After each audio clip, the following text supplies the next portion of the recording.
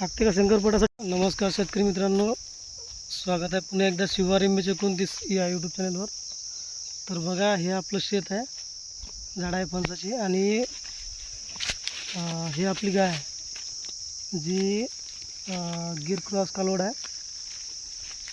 म्हणजे व्यायच्या आधी खूप सुदृढ होती, आता खूप रोड झाली. कारण मी 2-3 महिने म्हणजे 5-6 महिने गावाकडे नव्हतो.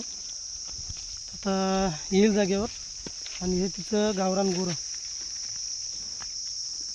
गाय गिर क्रॉस आहे, पण गोरं गा मात्र गावरान वळू लावल्या कारणानं गावरान झालेलं आहे.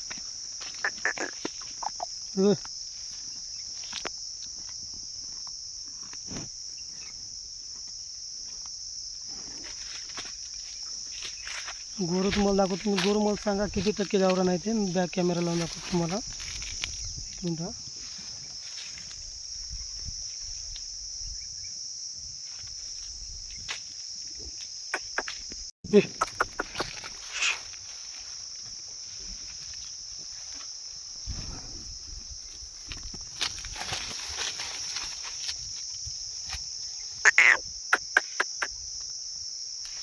आपल्या इथं म्हणजे महादेवाचीच कृपा आहे.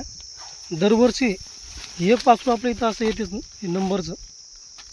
आता काय कमी याच्यात पहा बरं.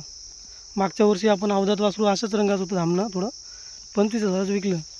आणि आता याला 4-4.5 महिने झाले. गाईला सोडत नाही ते. आता पहिली दिवस त्याला आणला पण शेतात. गाय दुधाला बी चांगली निघली. फक्त आता पहिला डो आहे, थोडंसं दूध काढताना सराविरा द्यावं लागते. नाही तर गाय दुधाला खूपच चांगली निघली. वासरू पहा आता. हे बरं, हे झाड आहे आपले फणसाचे.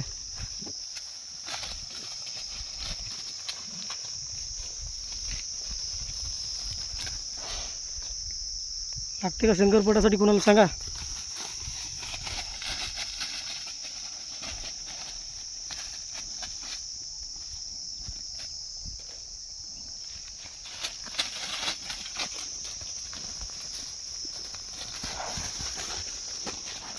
हे ढेपच्या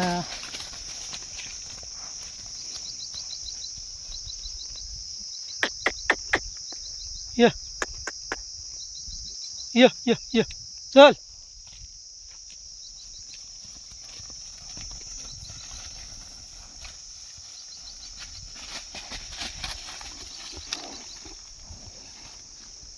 चला, आताच रानात आणायला सुरुवात केली, त्याच्यामुळं गाईला सोडत नाही. ते गाईच्या आसपासच राहते. बाकी वासरू कसं आहे कमेंट करून नक्की सांगा. ते व्हिडिओ पाहिल्याबद्दल धन्यवाद.